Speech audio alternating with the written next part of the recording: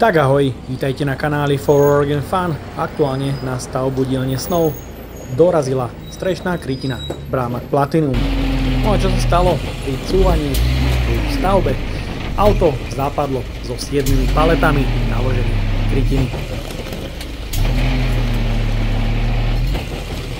Je to obrovské riziko zacúvať na môj terén, ktorý je naklonený. No a pozrite, ako to celé dopadlo.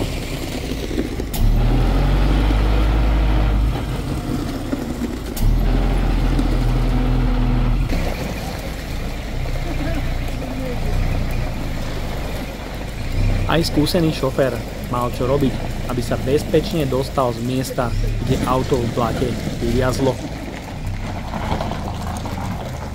To je obrovská škoda, ale práve toto je to riziko, ktoré som tu mal pri betonáži. Preto to mi nedoniesla betonárka materiál pre betonovanie základovej platne, pretože podložie u nás je naklonené viac ako 50 cm na dráhe 4 metre. A keď je mäkko, bohužiaľ sa to tu šmíka, klže a terén, jednoducho auto zosúva do susedovej strany, čo je obrovské riziko zničenia techniky a aj susedovho rodinného domu.